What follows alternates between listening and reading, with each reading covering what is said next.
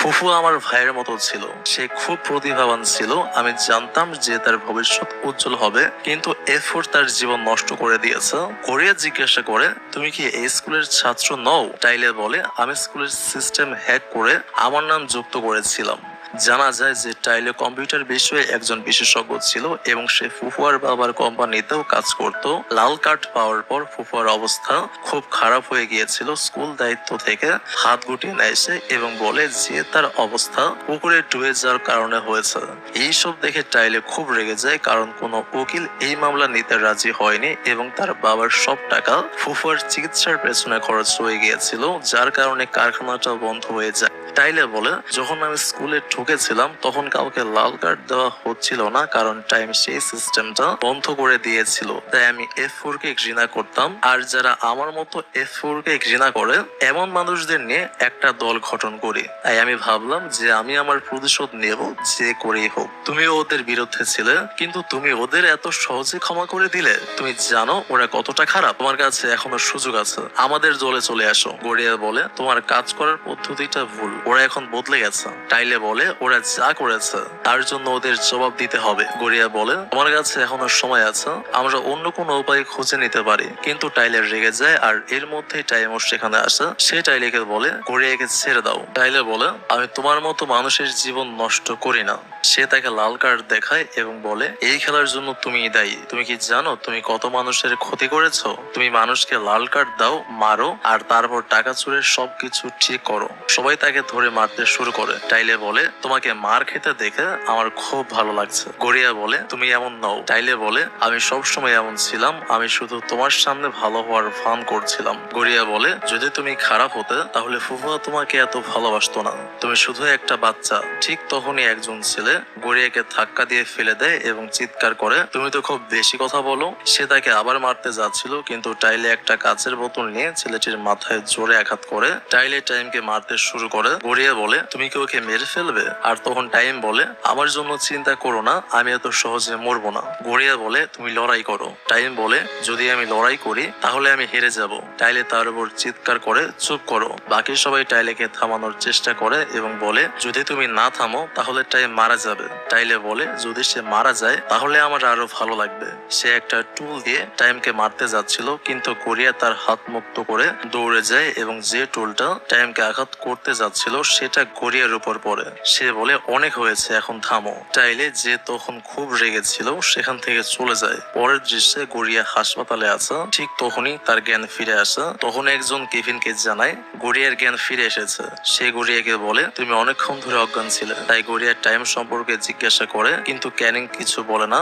গড়িয়া উঠে চলে যায়। নার্সকে টাইমের রুমের সম্পর্কে জিজ্ঞাসা করে সেখানে যায়। সেই তিনজন ছেলেও সেখানে ছিল। গড়িয়া কাঁদতে কাঁদতে টাইমকে বলে, ওঠো, তুমি আমাকে এভাবে ছেড়ে যেতে পারো না। আমি তো এখনো তোমাকে বলিনি যে আমি তোমাকে কতটা ভালোবাসি।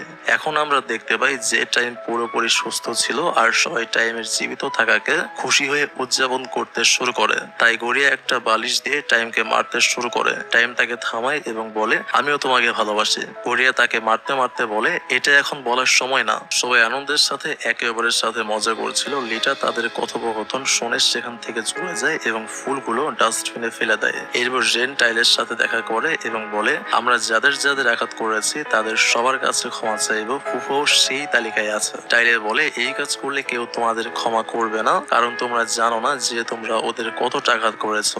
একটা ফ্ল্যাশব্যাকে আমরা দেখতে পাই টাইম সবার কাছে গিয়ে তাদের কাছে ক্ষমা চেয়েছিল। বর্তমানে রেন বলে সবাই ক্ষমা করে দিয়েছে, এখন শুধু ফুফা বাকি। টাইলের রেগে যেতে যাচ্ছিল, রেন জানায়, গড়িয়ার সাথে দেখা হওয়ার পর টাইম বদলে গেছে। তোমার রাগটা পুরোপুরি ঠিক, কিন্তু এখন এই ব্যাপারটা এখানে শেষ করো। টাইলে বলে, আমি এটা সহজে শেষ করব না। এর বসে রেনকে একটা ভিডিও দেখায় যেখানে টাইম স্বীকার করছে যে লাল কার্ড খেলার জন্য সে নিজেই দায়ী ছিল। টাইলে বলে, আমি এই ভিডিওটা ইন্টারনেটে পোস্ট করে দেব। এই কথা শুনে রেন চিন্তিত হয়ে যায়। অন্যদিকে গড়িয়া বাড়িতে পৌঁছানোর সঙ্গে সঙ্গে কিছু লোক তাকে কিডন্যাপ করে টাইমের বাড়িতে নিয়ে যায়। টাইম বলে আমি শুধু গড়িয়াকে আনতে বলেছিলাম, কিডন্যাপ করতে বলিনি। গড়িয়া জিজ্ঞাসা করে তুমি আমাকে এখানে কেন ডেকেছো? টাইম বলে আমার তোমার সাথে কথা বলার দরকার ছিল। সে জানায় রেন টাইলের সাথে দেখা করতে গিয়েছিল এবং সে আমার ভিডিও পোস্ট করার হুমকি দিয়েছে। যদি এই খবরটা বাইরে আসে তাহলে সবকিছু শেষ হয়ে যাবে, আমার জীবন আগের মতো থাকবে না। গড়িয়া জিজ্ঞাসা করে এখন তুমি কি করবে? একটা ফ্ল্যাশব্যাকে আমরা দেখতে পাই টাইলের কাছ থেকে ফোনটা নেওয়ার পর টাইম নিজেই ভিডিওটা পোস্ট করে দিয়েছিল। বর্তমানে গড়িয়া তাকে মারতে মারতে জিজ্ঞাসা করে তুমি এসব কেন করলে? টাইম বলে আমি জানি না কি হতে চলেছে। গড়িয়া ইন্টারনেটে সার্চ করতেই সে সেখানে কিছুই পায় না। টাইম বলে এটা কিভাবে হতে পারে, আমি নিজেই ভিডিওটা পোস্ট করেছি। ঠিক তখনই গড়িয়ার কাছে টাইলের কাছ থেকে একটা ভয়েস মেসেজ আসে। সে তাকে বলে আমি সরি, এখন আমি F4 এর বিরুদ্ধে নই, আমাকে বোঝানোর জন্য তোমাকে ধন্যবাদ। এবং টাইমকে এটা বলে যে পরের বার ভিডিও পোস্ট করার আগে যেন দেখে নেয়, কারণ সে ভুল করে অন্য একটা ভিডিও পোস্ট করে দিয়েছিল। টাইম বলে আমি জানি আমি খুব ভুল করেছি অতীতে, কিন্তু আমি সবকিছু ঠিক করব এবং আমি একজন ভালো মানুষ হওয়ার জন্য আমার সেরাটা দিয়ে চেষ্টা করব। গড়িয়া বলে যে কোনো সমস্যা আসুক না কেন আমরা একসাথে তার মোকাবেলা করব এবং তোমার পাশে থাকবো। বাইরে টাইম একটা টেলিস্কোপ অর্ডার করেছিল যার মাধ্যমে সে গড়িয়াকে একটা উল্কা বৃষ্টি দেখায়। গড়িয়া বলে আমি এটা প্রথমবার দেখছি, কিন্তু দুর্ভাগ্যবশত এটা শুধুমাত্র অল্প সময়ের জন্য। ঠিক তখনই টাইম তাকে একটা লকেট দেখায় এবং বলে এটা সবসময় থাকবে, আমি এটা তোমার জন্য বিশেষভাবে তৈরি করেছি। এতে গড়িয়া এবং টাইম লেখা ছিল আমি তোমাকে খুব ভালোবাসি এবং সবসময় ভালোবাসবো, প্লিজ আমার গার্লফ্রেন্ড হয়ে যাও। কিন্তু গড়িয়া তাকে প্রত্যাখ্যান করে। টাইম জিজ্ঞাসা করে এখন সমস্যাটা কি? গড়িয়া বলে তুমি এখনো লিটার সাথে সম্পর্কে আছো।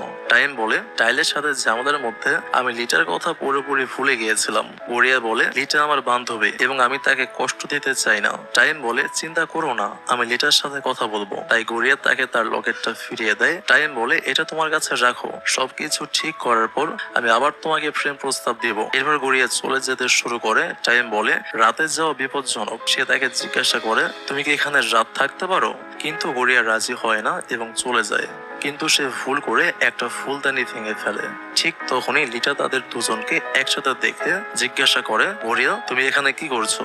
আর টাইমকে বলে রাতে তো মেয়েদের তোমার বাড়িতে আসার অনুমতি নেই তাই না? টাইম উত্তর দিতে যাচ্ছিল কিন্তু লিটা তাকে চুপ করিয়ে দেয় এবং গড়িয়ার কাছে উত্তর চায়। ঠিক তখনই কাজের মেয়েটি আসে এবং জানায় আমি গড়িয়াকে এখানে থাকতে অনুমতি দিয়েছি, সে টাইমের ব্যক্তিগত কাজের মেয়ে। লিটা চলে যাওয়ার পর গড়িয়া তাকে ধন্যবাদ জানায়। কাজের মেয়েটি বলে আমি তোমাকে সাহায্য করিনি, তুমি যে ফুলদানিটা ভেঙেছো তার জন্য তোমাকে টাকা দিতে হবে, আর তোমার কাছে এত টাকা থাকবে না, তাই আমি তোমাকে এখানে কাজের মেয়ে হিসেবে কাজে লাগিয়েছি। গড়িয়া ফুলদানিটার দাম জিজ্ঞাসা করে। আন্টি বলে 70,000 টাকা। এই কথা শুনে গড়িয়া অবাক হয়ে যায়। আন্টি বলে যদি তুমি এখানে কাজ করতে না চাও তাহলে টাকা শোধ করার জন্য অন্য উপায় খুঁজে বের করো। তাই গড়িয়া রাজি হয়ে যায় কাজ করতে। পরের দিন থেকে গড়িয়া সেখানে কাজ করা শুরু করে। সকালে যখন সে টাইমের ঘর পরিষ্কার করতে যায় তখন টাইমকে দেখে চিৎকার করে ওঠা। টাইম বলে এটা আমার ঘর, আর চিন্তা করো না, আমি লিটার সাথে কথা বলার চেষ্টা করছি কিন্তু সে আমার ফোন ধরছে না, তাই আমি ওর বাড়িতে গিয়ে কথা বলবো। ঠিক তখনই কাজের মেয়েটি এসে বলে আমি জানি তুমি টাইমের বন্ধু, কিন্তু তার মানে এই নয় যে তুমি সবসময় ওর সাথে কথা বলতে পারো। তোমার পরের কাজ হলো টাইমকে খাওয়ানো। এরপর গড়িয়া তাকে খাইয়ে দেয়। পরের দিন লিটা নিজের এবং গড়িয়ার ছবি দেখছিল। যখন তার বাবা মা আসে তারা জিজ্ঞাসা করে টাইমও কি এখানে আসবে? লিটা বলে সে অবশ্যই আসবে, কারণ সে তার দায়িত্ব জানে।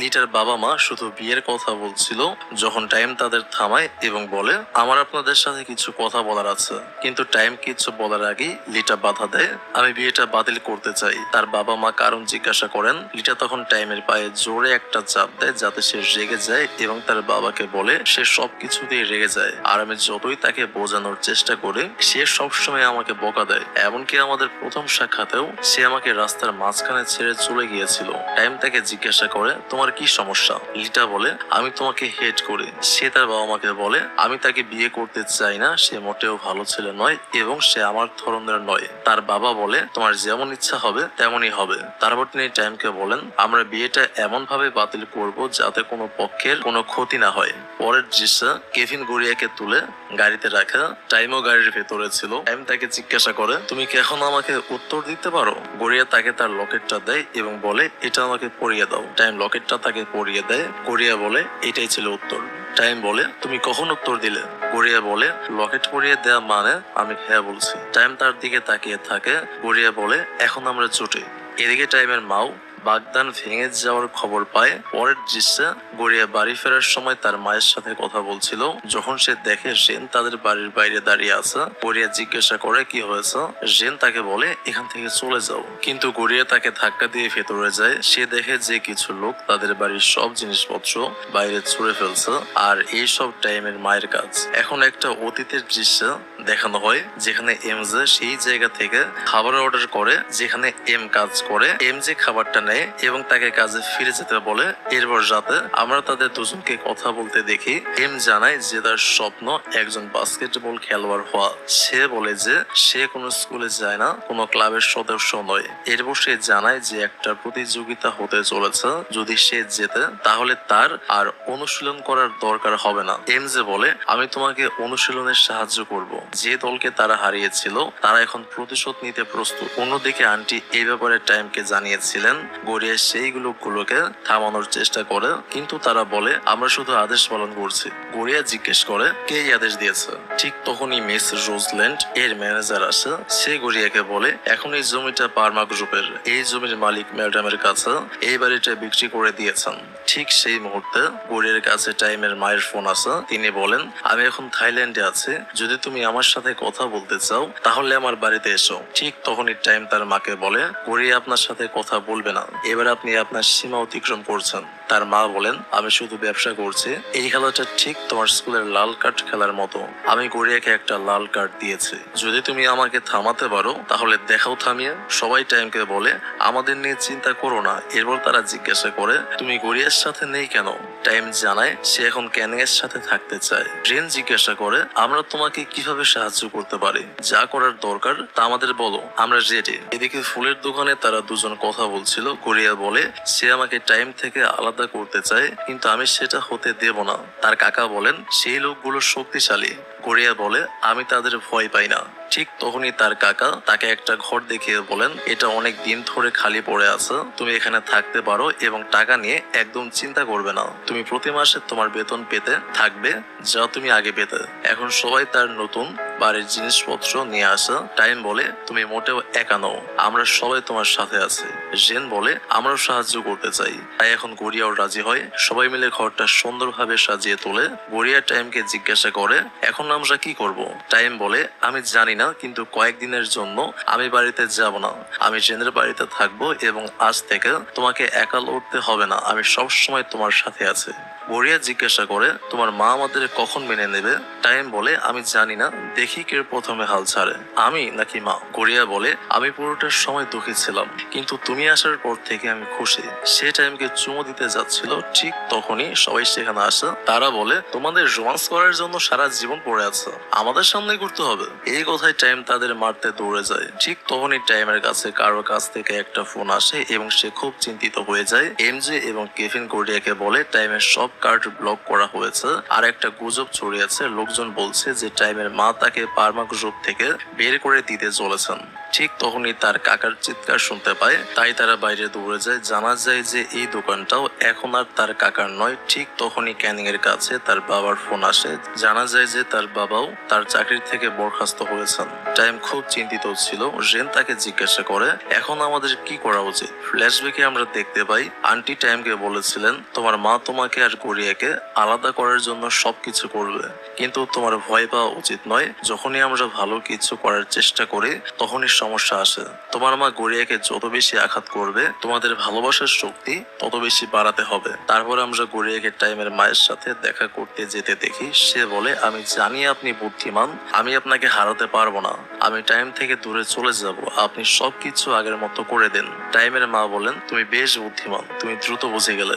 গড়িয়া জানায় টাইমও আগে আপনার মতোই ছিল, এমন একজন যে জেতার জন্য সবকিছু করত, কিন্তু এখন সে বদলে গেছে। আপনি যেমনটা চান সে আর কখনো তেমন হবে না। এমনকি আমরা যদি একসাথে না থাকি তবুও সে আপনাকে ভালোবাসবে না। তিনি বলেন তোমার মধ্যে নিশ্চয়ই কিছু আছে, সেই কারণে তুমি টাইমকে বদলে দিয়েছো। আমি তোমার সাথে খুব ভুল করেছি, তার জন্য আমি দুঃখিত। গড়িয়া যখন সেখান থেকে বেরিয়ে আসে তখন সে দেখে যে টাইম তাকে অনেকবার ফোন করেছে। ঠিক তখনই গড়িয়া তাকে ফোন করে এবং জিজ্ঞাসা করে আমরা কি দেখা করতে পারি। টাইম তার কাছে আসে এবং জিজ্ঞাসা করে আমার মা তোমার সাথে কি কথা বলেছে। গড়িয়া বলে আমি তোমার মাকে বোঝাতে গিয়েছিলাম এবং তিনি রাজি হয়েছেন। টাইম তাকে জড়িয়ে ধরে কিন্তু গড়িয়াকে খুব দুঃখী দেখাচ্ছিল। এরপর সে তাকে হাঁটতে যাওয়ার জন্য বলে অনেকক্ষণ মজা করার পর তারা কথা বলছিল। গড়িয়া তাকে জিজ্ঞাসা করে ভবিষ্যতে তুমি কি করবে। টাইম বলে আমি তোমার সাথে পারমা গ্রুপ সামলাবো। ফ্ল্যাশব্যাকে আমরা দেখি টাইমের মা বলছেন টাইম আমাকে হেট করে কিন্তু পারমা গ্রুপ সামলানোর জন্য টাইমই আমার শেষ ভরসা। বর্তমানে টাইম বলে আমি পারমা গ্রুপকে পুরোপুরি বদলে দেব। এটা করলে মানুষের জীবন বদলে যাবে, এটা মানুষকে সাহায্য করবে এবং ব্যবসাও বাড়বে।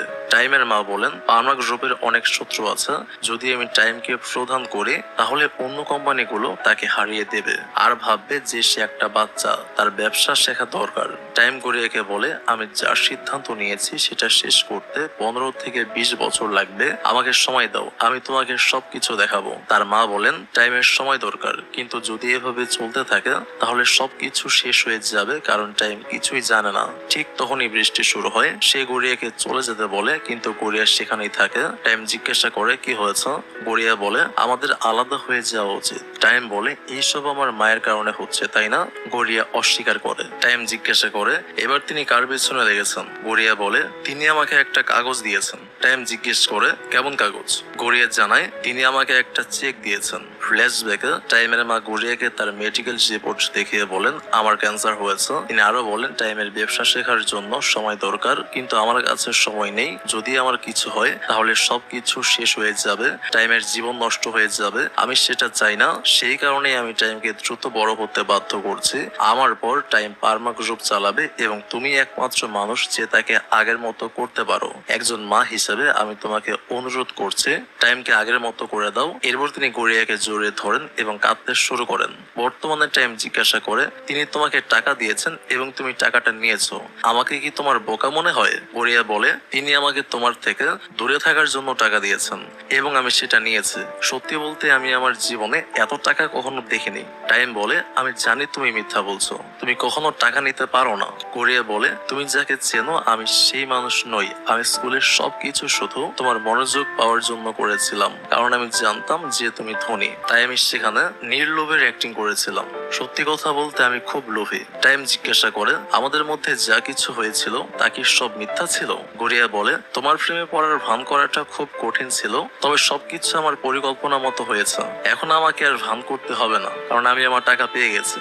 টাইম এখনো এটা বিশ্বাস করতে পারছিল না। সে গড়িয়াকে বলে আমাকে সত্যিটা বলো। টাইম বলে এটা কিভাবে সত্যি হতে পারে, তিনি তোমাকে কত টাকা দিয়েছেন। গড়িয়া বলে অনেক টাকা। টাইমকে কাঁদতে দেখে গড়িয়াও কাঁদতে শুরু করে, বলে তুমি একটা বাচ্চা, তুমি কিছুই করতে পারো না, বড় হও, এটা আমার শেষ উপদেশ। টাইম জিজ্ঞাসা করে তুমি কি কখনো আমাকে একজন সাধারণ মানুষ হিসেবে দেখেছো। গড়িয়া তার লকেটটা ফিরিয়ে দেয় এবং বলে যদি তুমি একজন সাধারণ মানুষ হতে তাহলে আমি তোমার দিকে তাকাতাম না, তুমি বড়লোক তাই তোমার দিকে তাকিয়েছে। টাইম লকেটটা অনেক দূরে ছুঁড়ে ফেলে দেয় এবং সেখান থেকে চলে যায়। গড়িয়া লকেটটার দিকে তাকিয়ে থাকে এবং পরের দিন সে তার গ্রামের জন্য চলে যায়। সে ট্রেনে বসে একটা বাক্সের দিকে তাকায়। ফ্ল্যাশব্যাকে আমরা দেখি গড়িয়া সেই লকেটটা ফেরত নিয়েছিল। পরের দৃশ্যে ম্যানেজার রোজলিনকে বলে গড়িয়া এখান থেকে চলে গেছে এবং এখন টাইমকে ব্যবসা শিখতে হবে। ঠিক তখনই রোজলিন তার মেডিকেল রিপোর্ট গুলো পুড়িয়ে ফেলে, অর্থাৎ সেগুলো সব নকল ছিল। এরপর 1 বছর পরের দৃশ্য দেখানো হয়। আমরা টাইমকে দেখি সে কোম্পানির সিইও হয়েছে। যদি কারো কাজ খারাপ হয় তাহলে সে তাদের চাকরি থেকে বরখাস্ত করে দেয়। এইসব দেখে তার মা খুব খুশি। টিয়া তার কাছে আসে এবং বলে তুমি একটু বেশি করছো, সেই লোকগুলো অনেকদিন ধরে আমাদের জন্য কাজ করছিল, তুমি একদম মায়ের মতো হয়ে গেছো। গড়িয়ার সাথে যখন ছিলে তখন তুমি বেশি ভালো ছিলে। তারপর একদিন টিভিতে কৃষকদের নিয়ে খবর চলছিল এবং তখনই জেন গড়িয়াকে দেখতে পায় হঠাৎ করে। তখন জেন টাইমের কাছে আসে, তার ফোনে গড়িয়ার ছবি দেখায় এবং বলে আমি জানি গড়িয়া কোথায় আছে। অন্যদিকে যখন গড়িয়া বাড়িতে পৌঁছায় তখন কিছু লোক তার পরিবারকে বিরক্ত করছিল। গড়িয়া তাদের জিজ্ঞাসা করে তারা এসব কেন করছে। তারা তাদের টাকা ফেরত চাইতে শুরু করে। সেই সব লোক গড়িয়াকে ধাক্কা দিয়ে বাড়ির ভেতরে চলে যায়। গড়িয়া খুব চিন্তিত ছিল। আসলে গড়িয়ার বাবা তাদের কাছ থেকে আবার টাকা ধার নিয়েছিল। ঠিক তখনই একটা গাড়ি সেখানে থামে এবং জেন তা থেকে নেমে আসে। গড়িয়া তাকে জিজ্ঞাসা করে, তুমি এখানে কিভাবে এলে? একজন মহিলা জিজ্ঞাসা করে, এ কি তোমার প্রেমিক যে আমাদের টাকা ফেরত দেবে? জেন বলে, হ্যাঁ। এরপর সে সব লোকের টাকা ফেরত দেয়, গড়িয়ার জামা কাপড় পরিষ্কার করে এবং বলে, তুমি আমার টাকা পরে ফেরত দিতে পারো। আমি জানি তুমি সাহায্য চাও না, কিন্তু আমি সাহায্য করতে চাই। গড়িয়া জিজ্ঞাসা করে, তুমি কি চাও? জেন বলে, আমার খিদে পেয়েছে, আমি খেতে চাই। তাই গড়িয়া তার জন্য নুডলস বানায়, শিরেনকে নুডলস দেয় এবং বলে, আমি জানি না তোমার এটা পছন্দ হবে কিনা। জেন বলে, যদি তুমি বানিয়েছো তাহলে এটা সুস্বাদু হবে। জেন বলে, আমি এখানে থাকতে চাই, আমি কি এখানে থাকতে পারি? গড়িয়া বলে, তুমি যতক্ষণ ইচ্ছা থাকতে পারো। এরপর আমরা দেখি জেন তাদের কৃষিকাজে অনেক সাহায্য করছে। গড়িয়ার বাবা মায়ের নৌকা আটকে যায়, তাই জেন জলে ঝাঁপিয়ে পড়ে এবং তাদের সাহায্য করে। গড়িয়া জিজ্ঞাসা করে, আমি তোমাকে দিয়ে কি করাতে পারি? জেন তখন জিজ্ঞাসা করে, তুমি কি আমার সাথে ডেটে যাবে? এরপরে আমরা তাদের তিনজনকে সমুদ্র সৈকতে দেখি, তারা সেখানে অনেক মজা করে। গড়িয়ার ভাই বলে, ও এখানে আসার পর থেকে একবারও হাসেনি, ও হাসতে ভুলে গেছে। আজকের জন্য ধন্যবাদ। পরের দৃশ্যে আমরা টিয়াকে দেখি, সে টাইমকে বলে, যে কোম্পানির সাথে তুমি চুক্তি বাতিল করেছো সেটা ধ্বংস হয়ে যাবে। সে টাইমকে জিজ্ঞাসা করে, তুমি কি কিছুই করবে না? তার মা বলেন, তোমার এর থেকে ভালো কোনো পছন্দ নেই, শুধু তোমার স্বাক্ষর বাকি আছে। পারমা গ্রুপের ভবিষ্যৎ তোমার হাতে। অন্যদিকে গড়িয়া যখন বাড়িতে আসে তখন জেন সেখানে ছিল না। ঠিক তখনই জেন তাকে ফোন করে এবং জিজ্ঞাসা করে, তুমি কি আমার সাথে দেখা করতে পারো? টাইম ফাইলটিতে স্বাক্ষর করেছিল। ঠিক তখনই আমরা কাউকে টাইমকে অপহরণ করতে দেখি। জেন গড়িয়াকে জিজ্ঞাসা করে, এখানে থাকতে তোমার কেমন লাগছে? গড়িয়া বলে, এই জায়গাটা ভালো, কিন্তু এখানকার জীবন কঠিন, অনেক মানিয়ে নিতে হয়, কিন্তু আমি আর ফিরে যাব না। জেন বলে, এত দূরে আসার পরও তুমি টাইমকে ভুলতে পারোনি, কারণ টাইমই তোমার বাড়ি। গড়িয়া কাঁদতে শুরু করে। জেন হেসে তার ফোনে একটা ভিডিও দেখায়, এমজে এবং কেভিনি টাইমকে কিডন্যাপ করেছিল। গড়িয়া বলে, তুমি আমাকে এটা কেন দেখাচ্ছ? জেন বলে, দেখতে থাকো, তুমি তোমার উত্তর পাবে। টাইম জিজ্ঞাসা করে, এটা কি সব একটা ঠাট্টা? কেভিন বলে, যদি সেই চুক্তিটা আগামীকাল সফল হয় তাহলে পুরো দেশের ক্ষমতা তোমার মায়ের হাতে চলে যাবে, তখন চাইলেও কেউ তাকে থামাতে পারবে না। টাইম বলে, আমি কিছুই করতে পারবো না, তাই আমাকে যেতে দাও।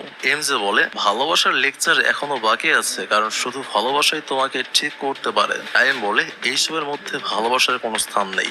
এমজে বলে, তোমার বুদ্ধি যত যুক্তিপূর্ণ হোক না কেন, আমরা তোমার সাথে আছে, কারণ আমরা তোমাকে খুব ভালোবাসি। কেভিন বলে, তুমি যে ভবিষ্যৎ চাও সেটা সম্ভব, আমরা গড়িয়ার জন্য এখানে এসেছি, যদি সে তোমাকে এত বদলে দিতে পারে তাহলে আমরা কেন পারবো না? তোমার হৃদয়কে বিশ্বাস করো। টাইম দুহাত ছড়িয়ে দাঁড়িয়ে থাকে, তারা দুজন ভয় পেয়ে যায়, কিন্তু টাইম গিয়ে তাদের জড়িয়ে ধরে জিজ্ঞাসা করে, আমি এখনো এটা করতে পারি তাই না? কেভিন তাকে জিজ্ঞেস করে, তুমি এখনো গড়িয়ার কথা ভাবো তাই না? টাইম বলে, আমি সবসময় গড়িয়ার কথা ভাবি। এই কথা শুনে গড়িয়াও কাঁদতে শুরু করে। জেন গড়িয়াকে বলে, তোমার ভাই আমাকে টাইমের মায়ের ক্যান্সারের কথা বলেছিল, যদি টাইমের মায়ের ক্যান্সার হতো তাহলে আমি জানতাম তোমাকে বোকা বানানো হয়েছে। গড়িয়া চিৎকার করে টাইমকে বলে, আমি সরি, আমি একটা বড় বোকা। অন্যদিকে টাইম মিটিং এর জন্য চলে গিয়েছিল। এমজে জেনকে বলে, এখানে সবকিছু ঠিক আছে। গড়িয়ার সঙ্গে সঙ্গে জেনকে বলে, ব্যাংকক চলে যাও। এদিকে মিটিং শুরু হয়ে গিয়েছিল এবং টাইমও সেখানে আসে। সে বলে, আমি সারা রাত ধরে কাগজপত্র তৈরি করছিলাম। তার মা জিজ্ঞাসা করে, কিসের কাগজপত্র? টাইম সবাইকে বলে, আমার নতুন নীতিটা দেখুন। তার মা বলেন, আমি এটা হতে দেব না। অন্যদিকে গড়িয়াও সেখানে এসে পৌঁছেছিল। টাইম প্রথমে তার মায়ের নীতির সম্পর্কে কথা বলে, যেটা সবসময় পারমা গ্রুপের লাভ নিয়ে এসেছে। এবার তাদের $7 বিলিয়ন একটা তহবিল সংগ্রহ করতে হবে। এরপর সে তার নীতি সম্পর্কে কথা বলে, যেটা বেশি লাভ আনবে না, কিন্তু তাদের সাথে যুক্ত কোনো কোম্পানি ধ্বংস হবে না। টাইম বলে, কাজটা একটু কঠিন কিন্তু অসম্ভব নয়, আর এটাই তার প্রমাণ। এমজে, কেভিন এবং জেন ইতিমধ্যেই টাইমকে $3 বিলিয়ন একটা তহবিল দিয়েছে। এই তিনজন এই প্রকল্পের জন্য প্রস্তুত। সে আরো বলে, এখন আপনারা সবাই আমাকে আপনাদের সিদ্ধান্ত জানাতে পারেন, কিন্তু আমার একটা শর্ত আছে, পারমা গ্রুপকে আমার নীতি অনুসরণ করতে হবে। টাইম গ্যারান্টি দিয়ে বলে যে তার এই প্রকল্প সফল হবে। সবাই চুপ করে থাকে। তখন টাইমের মা হাসতে শুরু করেন এবং সবার কাছে ক্ষমা চান। ঠিক তখনই একজন লোক উঠে দাঁড়িয়ে বলেন, আমার কোম্পানি টাইমের নীতিকে সমর্থন করবে। এরপর একে একে সবাই রাজি হয়ে যায়। কেভিন তখন তাকে মেসেজ করে যে গড়িয়া তাকে দেখতে আসছে। টিয়া বলে যে সে মিটিং সামলে নেবে। টাইম সেখান থেকে দৌড়ে বেরিয়ে যায়। দৌড়ানোর সময় সে একজনের সাথে ধাক্কা খায়। সে লোকটাকে চিনতে পারে। লোকটি ছিল সেচান কোম্পানির মালিক। তাদের কারণে তার কোম্পানিটা নষ্ট হয়ে গিয়েছিল। টাইমের মা মিটিং থেকে বেরিয়ে আসেন। এই সময় গড়িয়ার জুতার ফিতা ছিঁড়ে যায়। সেচান কোম্পানির মালিক টাইমের মাকে ছুরি মারতে যাচ্ছিল, কিন্তু ঠিক তখনই টাইম মাঝে চলে আসে এবং ছুরিটা তার গায়ে লাগে। এটা দেখে সবাই ভয় পেয়ে যায়। টাইমকে